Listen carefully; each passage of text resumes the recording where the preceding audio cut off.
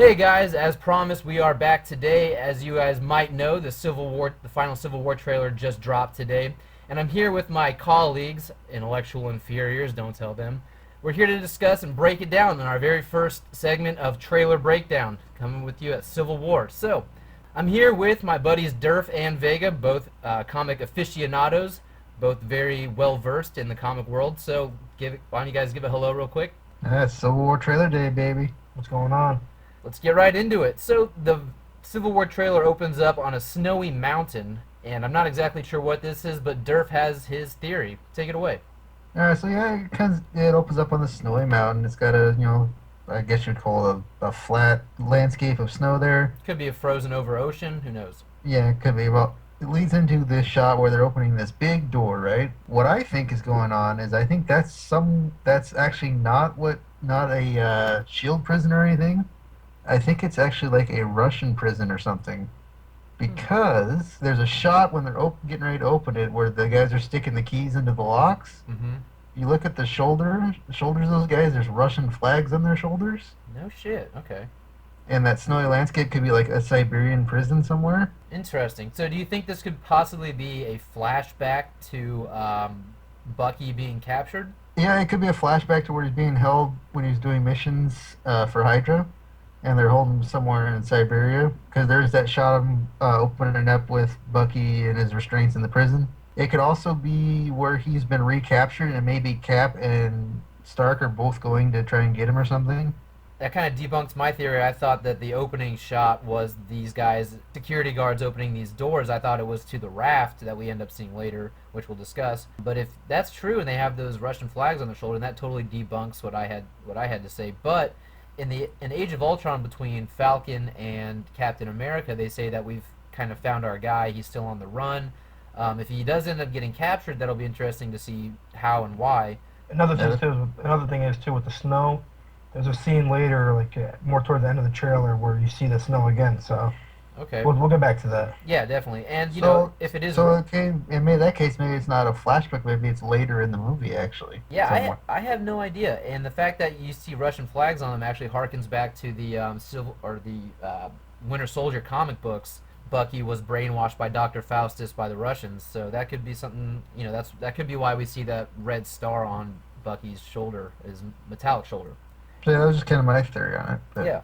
Anyway, so moving on, we see Bucky in what looks like a chamber, and he's got these two little light diode things on his left side that, to me, looks like it would paralyze his metallic arm for whatever reason to keep him more compliant in captivity. So then we move on to everybody sitting in a conference room. We see William Hurt come in. We get footage of the Manhattan battle in Avengers 1. We get some shots of the helicarrier going down in DC and some shots of Sokovia blowing up. And we get some reactions from everybody, Falcon and Scarlet Witch. With me, when they show Falcon reacting, it really hit me that this guy is taking on the weight and responsibility of what happened. He doesn't seem exactly too proud of what he did because he knows that it has bigger repercussions now. And also for me, for Scarlet Witch, it kind of hit me because obviously her brother Quicksilver died in Age of Ultron, and you could just see the disgust on her face that she kind of wants to cry. That's when Cap tells Ross to like cut it out already. well, I think another part of that too is it's not just her. Well, a big part of it is her brother, but it's not just that. It's, if you remember in Age of Ultron, she feels guilty. During the battle, she says, "We caused this. This is our Yeah, fault. exactly. did She does this." say, yes, exactly. So She that tells kind the of guilt, Hawkeye that kind of horror, is in the back of her mind. So, and seeing that refreshes it. I agree. Good point, Derek. Good point.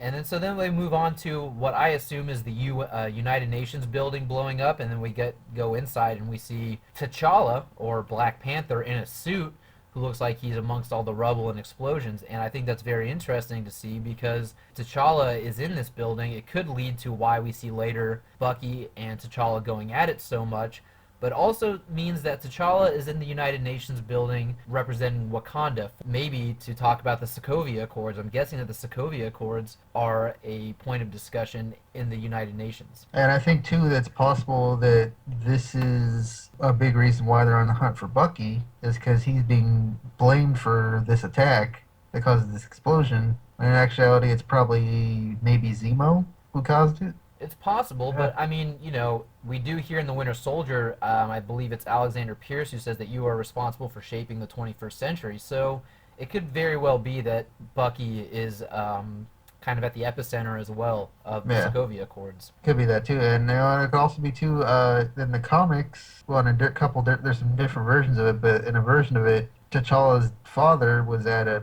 meeting or something and was killed by Claw. Oh, that's right. So it Yeah. could be that maybe Yeah. Claw's freight is hired to kill maybe T'Challa's father or something, and frames Bucky for it, and that could be the whole thing. But when we could see, I don't know. Yeah, I mean that is definitely a loose end. Claw in Age of Ultron is definitely a loose end. So who knows? We might see him come back into play somehow. After that, we get a very, very cool scene of what looks like a building coming out of the water. Now, my theory is that this is obviously the raft from the comic books, which was used to house super criminals. And I believe that the Civil War movie is using this as a substitute for Prison 42. They would send all the super criminals to the negative zone, which was something that Stark and Pym and Reed Richards all designed. When Stark comes in and says, whatever it takes, I'm behind it, I'm thinking that Stark may have been building the raft with whoever's now in charge, whatever government system is now in place after S.H.I.E.L.D's been dismantled. He has been working with them after the events of Sokovia to build the raft and to house any super criminals or superheroes even that aren't compliant with the Sokovia Accords. The raft is comic book accurate, but also having it substitute for the Prison 42 I think is pretty cool. And then we go inside the raft, or Prison 42, whatever you want to call it, and Stark is in a sling. He's actually looking unhappy here. He's looking like this may not have been the best idea. And again, that's something that we do see harken back in the comic books. Tony Stark is a little bit more regretful of the Prison 42. So I like that. Again, we see him in a sling, and we'll talk about that more later as the trailer goes on because we do see him in another moment with the sling. Then the trailer takes off to a very fun place, which is the Bucky and Black Panther chase scene. I personally think that, like we said before, kind of that Black Panther's going to have it out for Bucky because he probably thinks that he's the one who tried to blow up the United Nations building. And in every trailer and every like promo and all that, you always see Black Panther whooping Bucky's ass. So it's going to be exciting to see. Like, Yeah, we don't really know why they're fighting, but we do see that this fight gets dragged out through a couple scenes through the trailers that we've seen. At the airport, on a rooftop, which we'll discuss in a second, underpass of the freeway.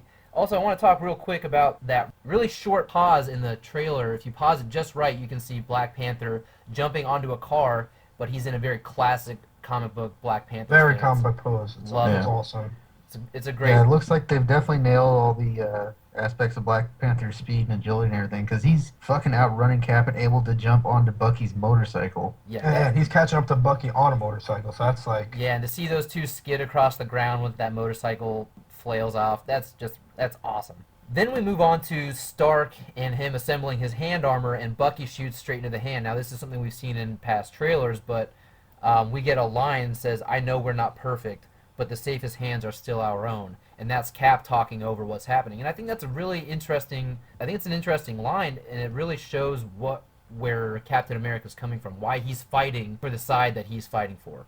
I just think that whole scene with Bucky and Cap when he shoots that gun, it's still one of the most powerful scenes in any of the trailers still. It is. I mean, Bucky looks like he means business when he shoots Stark in the hand, and Stark looks legitimately scared and surprised that Bucky actually pulled the trigger. But going back to that line, it really reminds me of the Iron Man Civil War tie-in where Cap and Iron Man are peacefully trying to reconcile things, and Iron Man says something to the effect of, "If everyone were Captain America, the Registration Act wouldn't be necessary." I think that shows that Captain America is really the exception to the rule. He is the moral compass of the team, and if everyone were more like him, it wouldn't be a problem. But the problem is they're not. So then we move on to an explosion, and then we see Bucky with the rifle, followed quickly by Rhodey being shot down out of the air, and this looks to take place at that airport battle, or right after it. We can see in the background the airport and smoke and everything like that.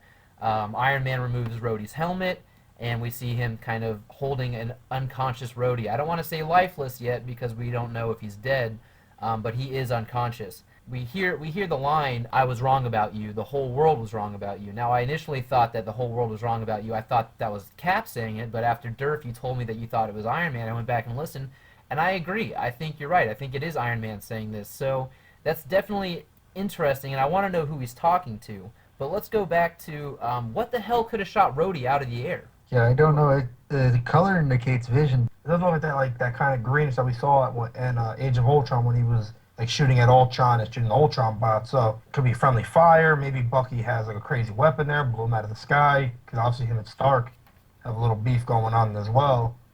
It's gonna be interesting to see who took Rhodey out of the sky. Yeah, I Yeah. mean, I don't know. It definitely, I mean, think about it. This is Stark armor. So your average bullet, even your average RPG, it's not going to take War Machine down. And whatever hit him in the chest plate, you can see this thing is like has been lit almost on fire. It's been singed. Yeah. It's not an impact that we see. It's something that literally just burns the material of Yeah, it's like a Rhodey's laser suit. kind of. It gouges a huge hole in the chest part of the armor. Yeah, and I mean, it completely takes the armor offline, and that's why we see Rhodey fall to the ground. So I don't know what could have done it. My first instinct was Wanda or Scarlet Witch, and I go back and look, and the color of whatever hits him isn't red. So that, to me, immediately eliminates her as a suspect. The only thing I can think of would be Vision, and Durf, you told me that you thought maybe it could be a ricochet of Vision. And the only thing I can think that could ricochet that would be Cap's shield. So maybe we're seeing here a substitute for Bill Foster's Goliath, you know, an accident, Yeah, it may be. kind of Could an be an accidental. accident like that, like when Goliath died in Civil War. So Yeah, it's not a bad theory there, actually. I'm not trying to be racist, but it is the black guy that takes the shot, and it looks like it could be an accident. And it's Rhodey. It's someone that's very near and dear to Stark's heart, and I'm sure has made friends amongst the other Avengers as well. Because And that could actually set up, how they all been talking about saying like the third act of the films would be very emotional and stuff. yeah, That but could the be thing like is, the stepping point, I don't stepping think stone I into don't think that third this act. I don't think this takes place in the third act. That's what I'm saying. I'm saying this is probably Yeah, the I, end of the I second think he's act. saying it could be I think he's saying it could be the transition. Ah, second It could plot be the point. bridge. Yeah, it could be the bridge between the two, like Okay, I got you. transitioning into the third act. All right, well, let's move on to that. I think we have some good ideas there. So then we move on to some soldiers coming out of a truck at the IFIC, or the International Federation for Infection Control. And if you look really closely, Crossbones is still in the back of that truck right there. So obviously this takes place at a different point in time of the movie, but it's just an interesting thing to look at because we also see earlier that Cap and Crossbones are going at it. So, yeah, so I'm thinking this is actually Germany, and I think I forget where I heard that from, but there was evidence to support that it was Germany. Moving on, we see a Stark and Black Widow exchange, and we see, again, here's where we see Stark in the sling. So, taking place after some battle, where we also saw Stark in the sling in the raft, or what I presume is the raft. And Black Widow says, "You better watch your back." Basically, I mean, this is something we can address later on that we see in the trailer. But I'm getting the sense that maybe Black Widow switches sides. She's similar to Yeah, she could be maybe working for Cap and like a double agent, like working for Cap, going behind Iron Man's back, being kind of like double agent. So there's so many like different possibilities with her.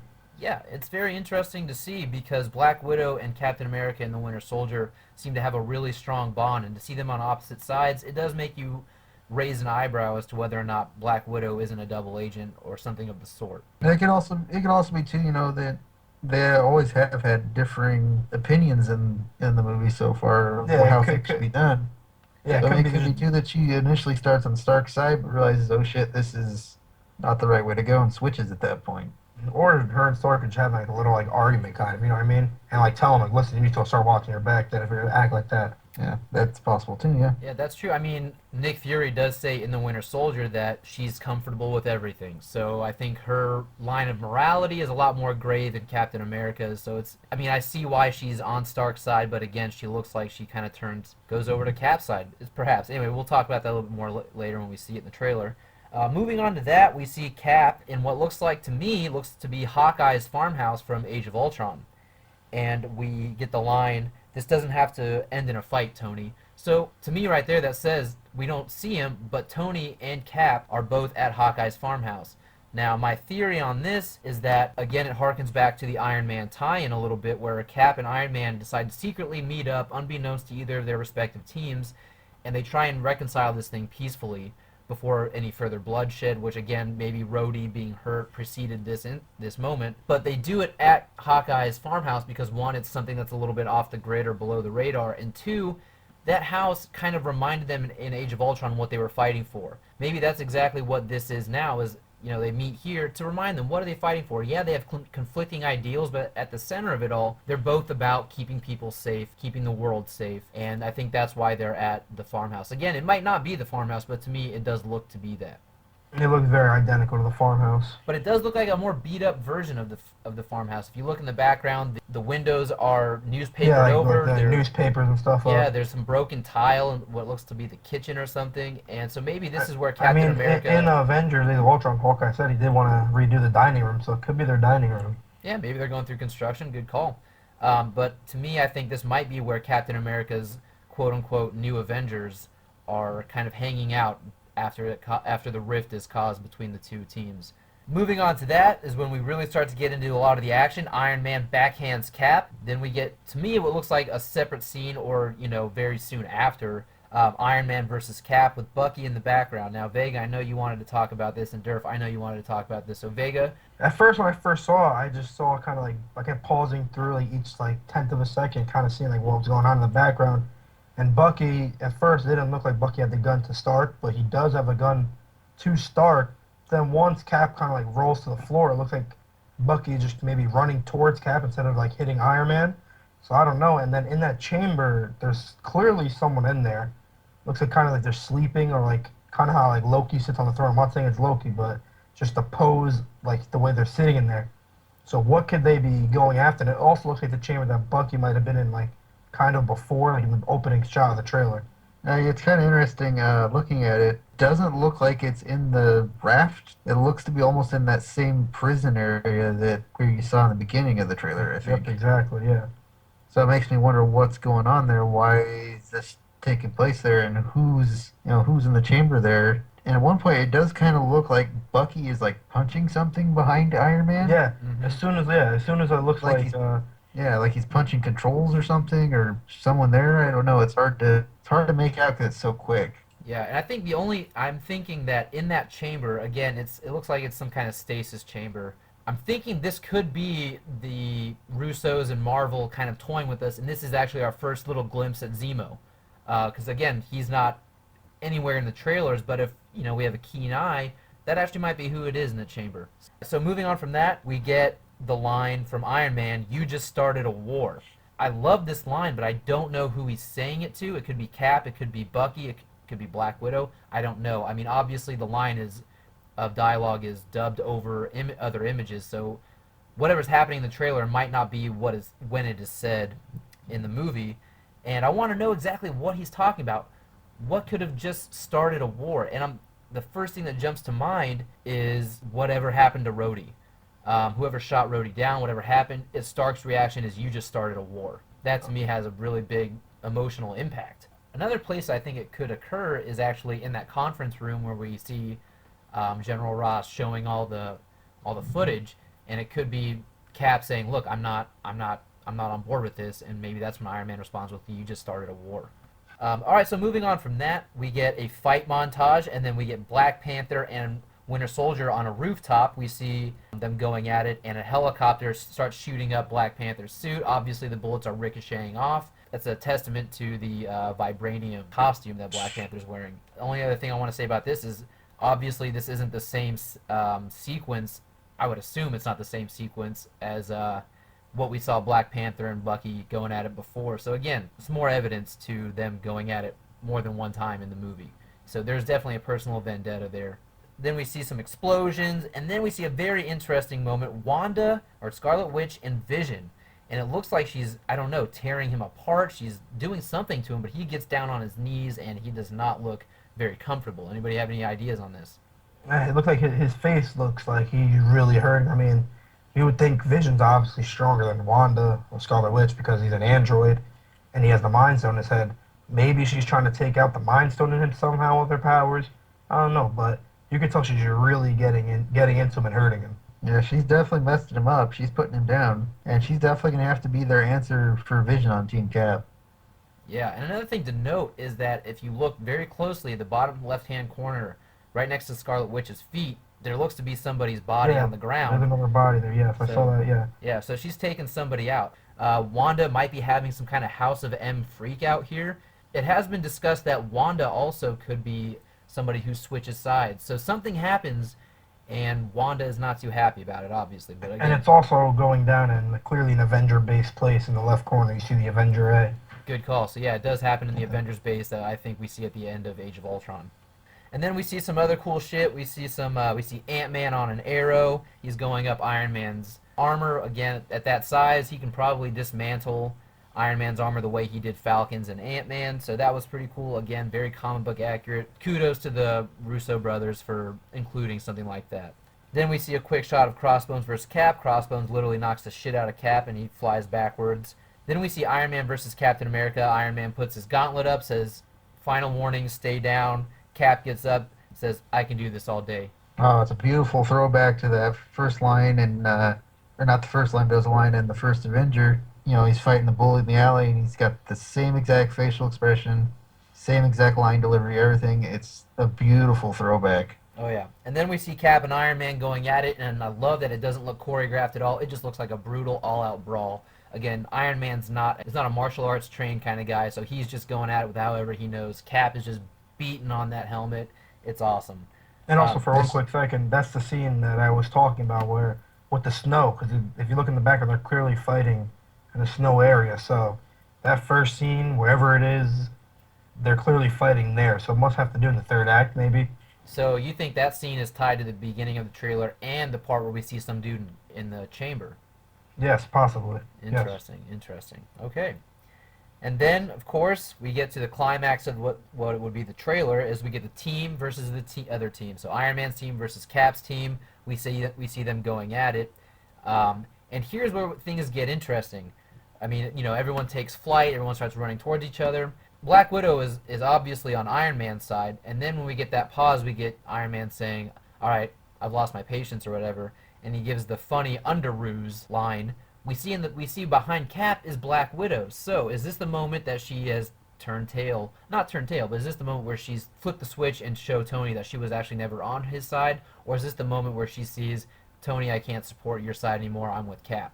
What do you guys think? I think maybe that part of the trailer, since everyone's kind of adopted, and it seems more friendly than the other parts shown in the airport battle. The Cap's actually there alone because they catch him there or something, and then the rest of his team shows up afterwards. Oh, nice. Okay, so he Yeah, I kind of was shows thinking up, about that. and he's kind of like, "All right, Tony, you forced my hand." Then bam, his support shows up, and then Tony's basically like, "Well, here's mine."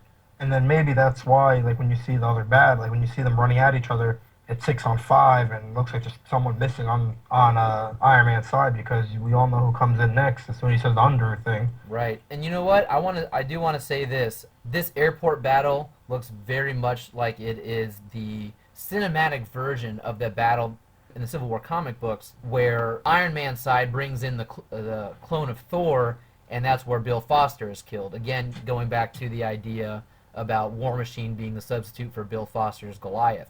So I think that's basically this battle come to life on screen, and I don't know if you guys remember, but in the battle, it first started off, like Durf actually said, with Iron Man and Captain America trying to shake hands and settle this peacefully, and when he does, Captain America sticks something on Iron Man's armor that shuts it offline for a few minutes. So I'm thinking that's what this battle is supposed to be. Yeah, I think you might be right. That might be kind of the substitute. Yeah, it might be like a little like tease kind of, like, hey, we threw this in there instead. Exactly, and because that battle takes place in issue 4 of the comic books, I'm more inclined to think that battle is the second act battle. Yeah, I definitely think that's the second act. So let's get to the big nitty gritty juicy part of this thing that only takes up maybe 2 or 3 seconds of the overall trailer that nobody can stop talking about. So the response to the under ruse by Tony Stark, next thing we know, we see Captain America and Black Widow behind him, and a web shoots on Captain America's shield. We see a blue and red figure go overhead, and a very glorious tilting up shot of Spider-Man holding Captain America's shield, delivering the line, Yes. "Hey everyone." First thing that comes to mind is this suit is absolutely beautiful.